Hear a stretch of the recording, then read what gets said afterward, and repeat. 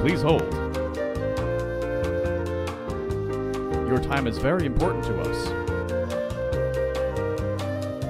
We strive to make each call as important as you are to us.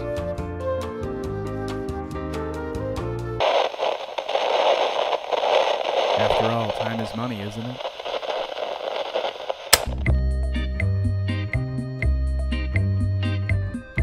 The next operator will be with you in a moment.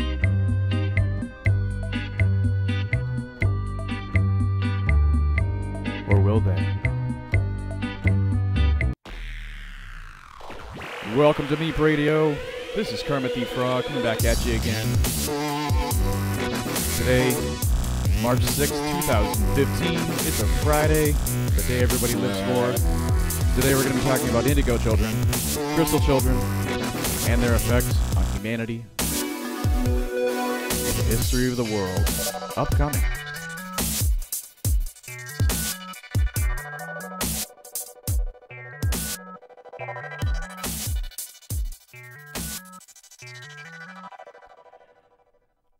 All right, and we are back. Now, if you have searched on YouTube at all for anything New Agey, New Age movement, anything like that, you may or may not have come across a term, indigo, or indigo children, indigo adults. And primarily speaking, what you'll find is a picture of a blue child with blue eyes, and they might be holding the world in their hands, or they have gray hair, or something like that. And it just seems to be a fantastic notion. Fantastic in the real sense of the word. It's absolutely fantastic. Now, in my last podcast, I discussed very little about Indigo Children, and what I feel is my purpose here. And I figured I would go ahead a little bit more and do a dedicated video on Indigo Children and on Crystal Children, on Rainbow Children, this whole entire topic. So, one of the first things that people have asked me is, when I tell them about Indigo Children and time and perception and all of these things, they're like, oh, am I an Indigo child? And I say to them, that's not really for me to tell you about. And it seems to me that it's come across as a major status symbol for someone to say, oh, I'm an indigo.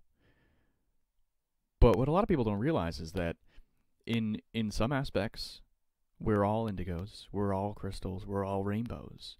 But then if you want to go ahead and use a real definite definition of what an indigo child is, or what an indigo child is not, then you'd really have to look into the history of humanity and look at the history of many different things. So we're going to start off today with just a simple discussion about Indigo Children, where they came from, why are they here, what is their purpose, and just some talking points to pique your interest a little bit, to start having you ask some questions about your own reality.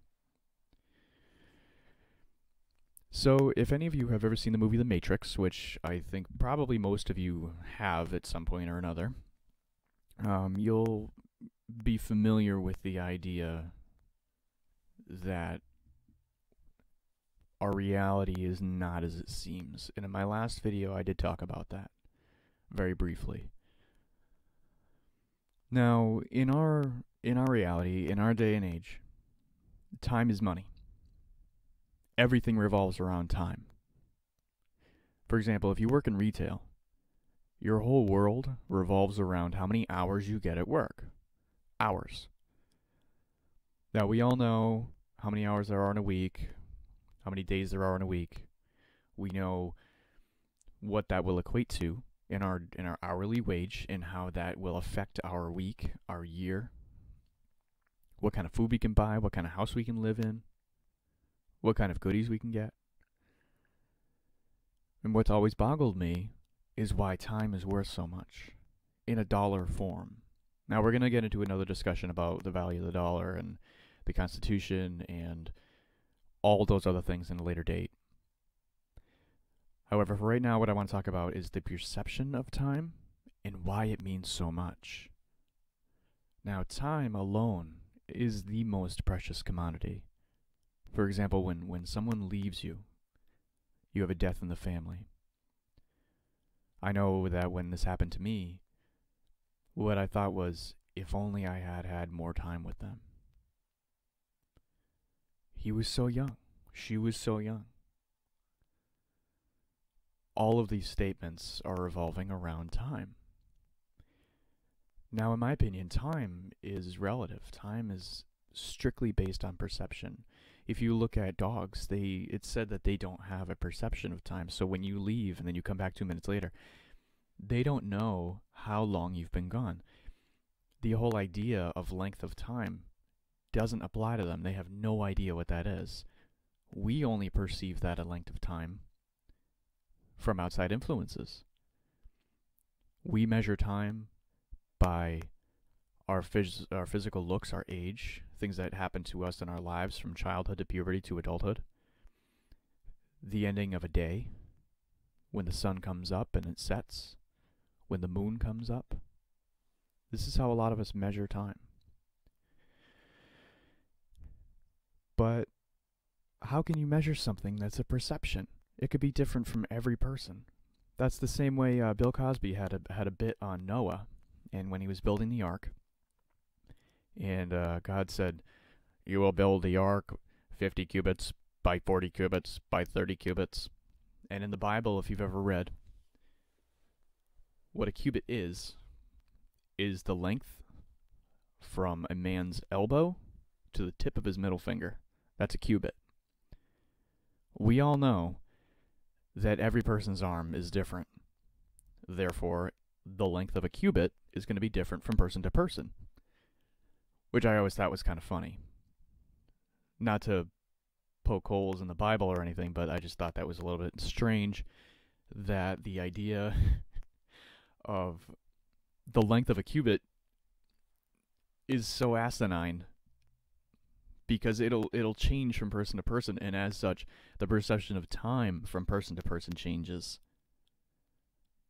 So, how I measure things is kind of by moons. I say by many moons ago. It's many ages ago, many different cycles ago.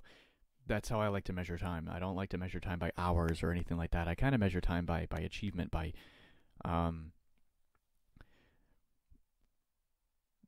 by what I'm into, what I'm not into, phases, that kind of thing. And so when you look at this, perception is so powerful that it can literally shape or destroy our reality. Now, for my dog, her name is Io. She's a Shetland Shepherd, and she's just about a year old. There we go with time again. She has been alive on this planet for about a year. So the things that she's seeing, the new things that she's coming across when she meets a new dog, she knows that they're a dog, but she has absolutely no idea what they're doing here.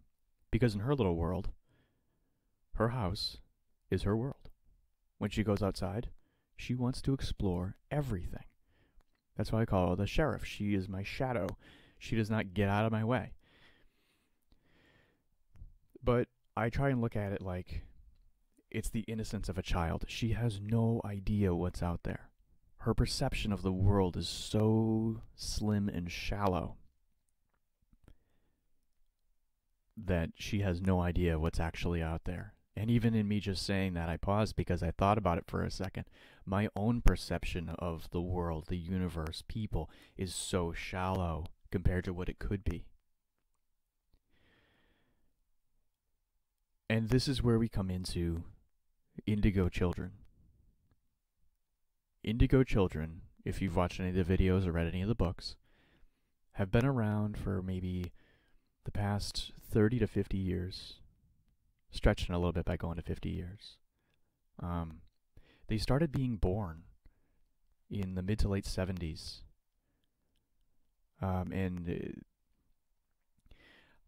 When you look back, if you've heard any conversations about these things, I'll get into in a second. People are like, "Oh, well, when I was a kid, that wasn't really around," or "When I was a kid, that wasn't a problem." See, growing up, I was diagnosed with ADHD, ADD, which, if you don't know, is attention deficit disorder, and attention deficit hyperactivity disorder, ADHD, and ADD. And I never really understood what that actually meant, because I looked at it like, well, if I have an attention deficit, then how is it that I can pay attention to things?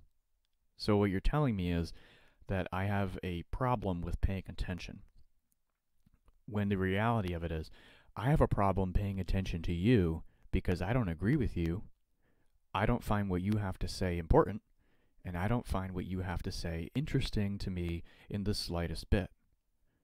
No, I don't want to learn about long division. No, I don't want to learn about how pencil lead is put into pencils so I can write on this stupid piece of paper and do a gigantic math test for you over and over and over again. So growing up, I felt very challenged in school. Well, not very challenged in school, I guess you could say, but I felt challenged in that I never really agreed with authority. I didn't recognize authority the same way some of the other kids did. And that would end up getting me in a lot of trouble. I wasn't a disrespectful child. What I was as a child was a curious person. I would question why it is that this person gets to tell me what to do all the time, and I wondered why they are the authority in this information. And that is one big sign of an indigo child, that they have problems with absolute authority. They have a problem with someone saying, because I said so, and it's not because they think that they're right. It's because they want to know why you think you're right. It kind of just steps through the adolescent vulgarity in language and thought pattern. The Indigo Children, from a very early age, already know so much about the cosmos, but they don't know that yet. They know so many things that so many other people in years past have been born forgetting. When you come into this world as an indigo or a crystal or a rainbow child, you come into this world with the knowledge that you left, with the knowledge that you were here before, as opposed to coming into the world and everything is just so new. I've been so many places, and when for me physically, it'd be the first time that I had ever been there, but when I get there, it seems very, very familiar to me. And I always wondered why. From a very early age, I started having these dreams that weren't just dreams. They were history. And it was me in history, in areas that I'd never learned about in school. I had never been exposed to. And the vividness in these dreams was such that you cannot discount them to imagination. And this is where we're going to get into the second part of a sign of an indigo child. That they have the knowledge, the will, and the ability to pierce the veil. It's a very important part here. Piercing the veil of the mainstream perception of reality is one thing that sets apart these people from another. We are all equal. We are all made from the same mold. We are all special in our own way. But recognizing this specific gift is what I'm asking you to do today. So if you're a parent and you have a child who has ever come up to you and asked you questions about history, or had asked you questions about something strange, or told you about a dream that they had that you think that maybe they're making it up, or they tell you a story about before they were born and you think that they're making it up, chances are they are not making it up. Chances are they are remembering. That's a very, very, very powerful thing. Memory can so easily be wiped from our minds. But the ability to remember before you were born is an amazing gift. There are stories in the news about these children that come out with these stories about their past life. Some people choose to discount them as frauds. Some people choose to discount them as imaginative children. And there are other people who take that at face value, don't rip them to shreds, and say this child is extremely gifted. They know where they were, they know who they are, and that's more than a lot of people can say, that they know who they are. I have seen a lot of opposition from people who are religious against spiritual people. That may seem like an aggravated statement. It is not.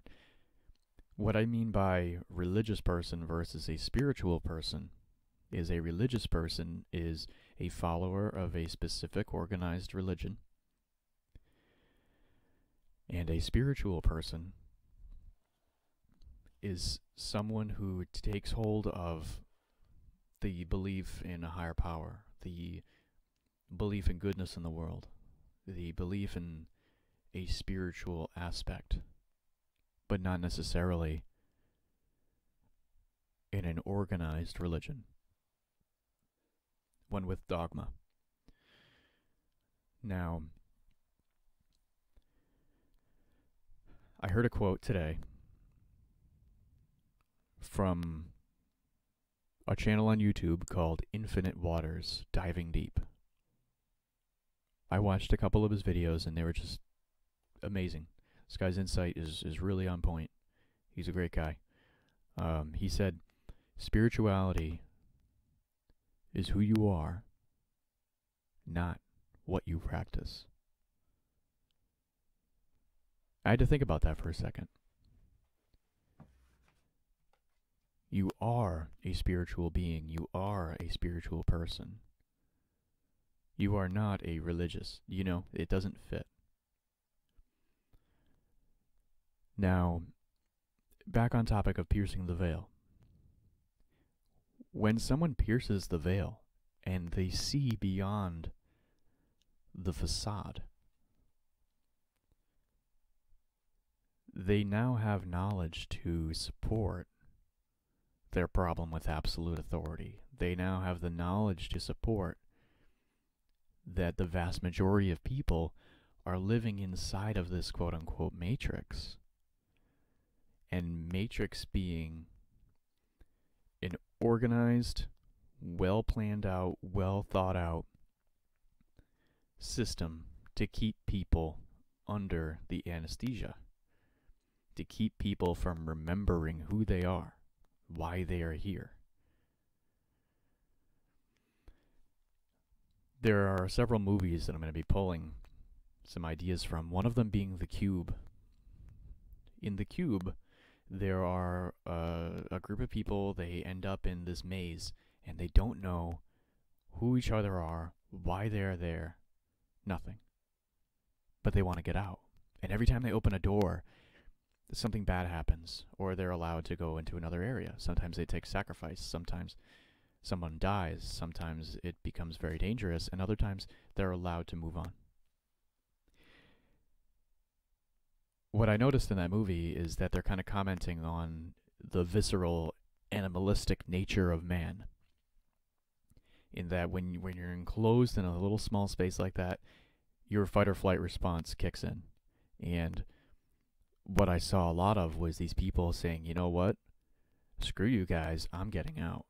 So rather than trying to help each other get out as a team, it became a free-for-all for some characters. Same way in The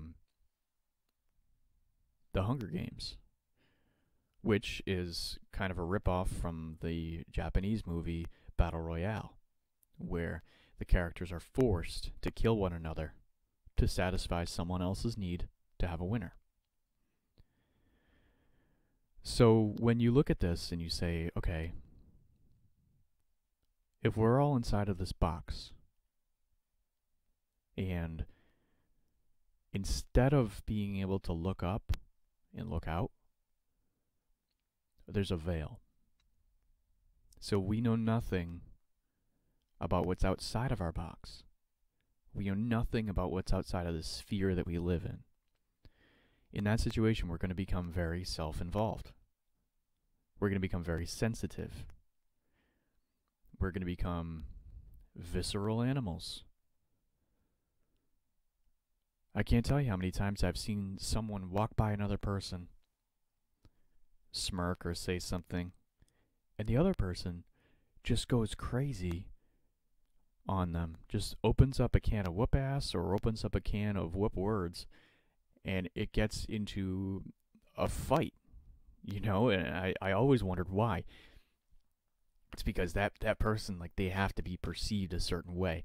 They have to be the person to not let anything bad be said about them because it's going to hurt their ego or that's disrespecting them or something like that. If we looked at it from a much broader perspective and we're like, okay,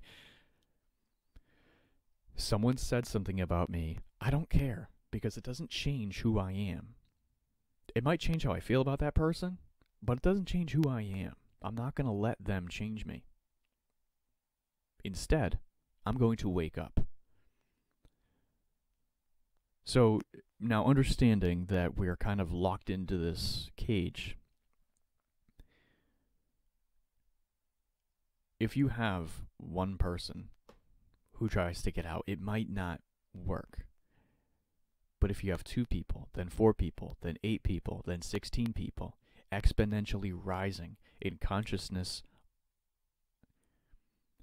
the awareness of consciousness, as people begin to wake up, they will wake up other people tenfold. It will be an exponential rising in consciousness level. With that many people being awake, it will be really hard to not notice that something isn't quite right. That's why the Indigo Children came into the world. In the last video, I talked about the Mayan prophecy of 2012 and the karmic wheel. Now, to touch back on that briefly, the Mayan prophecy of 2012 talks of the end of an age and the beginning of a new age, the end of the Piscean age and the beginning of the Aquarian age. Now, if you look at this, you say, okay, so if it's the end of an age, something big is going to happen to start a new one. Well, looking in the year timeline in our perception of time, the end of the Piscean age is now. We're approaching the end of the Piscean age. Now, just the same as when you're in a relay race and you have someone waiting to pass on that brick or that stick or whatever it is, you have someone waiting there to grab that item to keep going forward. This is why the Indigo Children were here in the 70s, the 80s, the 90s, and the 2000s. The Indigo Children were born into this world with very specific gifts and abilities that some other people did not possess, in order to wake them up. See, we all have the ability to be psychic. We all have the ability to be awake. We all have the ability to remember. However, the Indigo Children were born into the world already remembering. And this goes back into karma. Before we were born, we were given the choice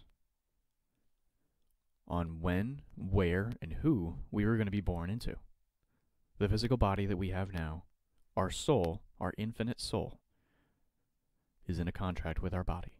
So we decided that we were going to come here at this time for this purpose. So for the Indigo Children, they came here remembering who they are. They came here knowing their purpose. And they came here knowing that they were going to receive a whole bunch of opposition. But once they found the other indigos, they would be able to create a consciousness uprising to raise awareness. I'm not talking about like raise awareness for breast cancer, raise awareness for HIV/AIDS, raise awareness for whatever. That's not what I'm talking about. What I'm talking about is raising awareness levels. There's a meme on the internet called situational awareness, and it's a guy, and he just shot an elk or a deer or something, and he's smiling for the camera, and he looks all happy, and directly behind him is a mountain lion, ready to tear his face off. And it says, situational awareness. It's kind of important. Well, situational awareness in everyday life is also kind of important, and that's what I'm talking about. Being aware of who you are, when you are, and what you're doing is extremely important, and a lot of people don't understand that. The biggest thing in their life is their paycheck. The biggest thing in their life is how many hours they're going to get. The biggest thing in their life is how am I going to pay my mortgage this month? Well, I would encourage you to take some time out of your day to just sit down and think about who you really are in this moment. And only you can make that decision. Who you are, who you're going to be, and how you are going to keep that going, fix that, change that. Do you choose to be awake? Or do you choose to stay asleep? Now, the Indigo Children also, they may have a hard time in school. They have a hard time fitting into conformist society. They will be nonconformists. They will ask the question, what is normal anyway? And not subscribing to conformity and subscribing to conformist society, they will have a lot of difficulty following routines. Because they don't live in linear time. They live in their own time. Because time is the most precious commodity. So if your mission is to wake people up, you're not going to be counting the hours. You're not going to be counting the days. You're going to be counting the people that you have helped. Because that is your mission as an Indigo child. And some common labels for Indigo children in this day and age are ADD, ADHD, having bipolar, they're autistic. All these things. You know, I say that ADHD is an acronym not for attention deficit hyperactivity disorder, but attention dialed into a higher dimension. You're born into this world gifted with the knowledge that you are more than what someone says you are. And what easier way to quell this uprising of consciousness than to drug everybody with Ritalin and Adderall and these drugs that just make you a zombie. I don't think anybody really wants to be a zombie. I mean, personally, I wouldn't want Rick Grimes following me around with his gun and cowboy hat and fake American accent. I wouldn't want that. It's not an illness. It's a gift. So just to recap, Indigo children, they pierce the veil. They have problems with absolute authority. They are spiritual beings. They recognize that people are under an anesthesia. They see through the matrix. They'll have hard times fitting into conformist societies. They want to be their own person because they understand that they're different. They understand that everybody is different. And they understand that being different is not being less than. Now, the children of the Indigos are the Crystal Children. The Indigo people's mission is to pave the way, to sort through the bullshit, to sort through all the crap, to sort through all of the oppression, to wake people up, to receive the Crystal Children. Now, the Crystal Children are the ones that are going to be coming in our next generation. These children are the ones that are going to be also assisting in the awakening process, but to help us receive the information. The Indigo mission, boiled down to salt, is to attempt to dial people in. Well, Crystal Children are going to be making the phone call. And the Crystal Children's children are the Rainbow Children, the ones that are born into this world with an extremely high vibration. They are the teachers. They are the next philosophers. They are the next age. The age of Aquarius. Now, I know some of you may be thinking, that's a bunch of hoopla, that's a bunch of nonsense. You're entitled to your opinion. And we will be going into an entirely separate video on the New Age movement and the New Age deception, the differences between the two. Who can you trust? Am I saying to trust me and to take all of my words and all of my, wisdom, thoughts, and things at face value? No. Do some research.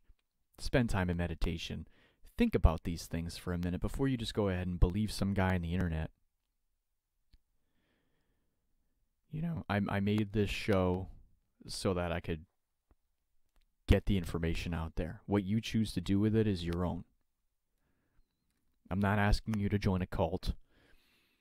I haven't drank any Kool-Aid since the 3rd grade, so I won't be offering that. What I'm offering is an alternative philosophy.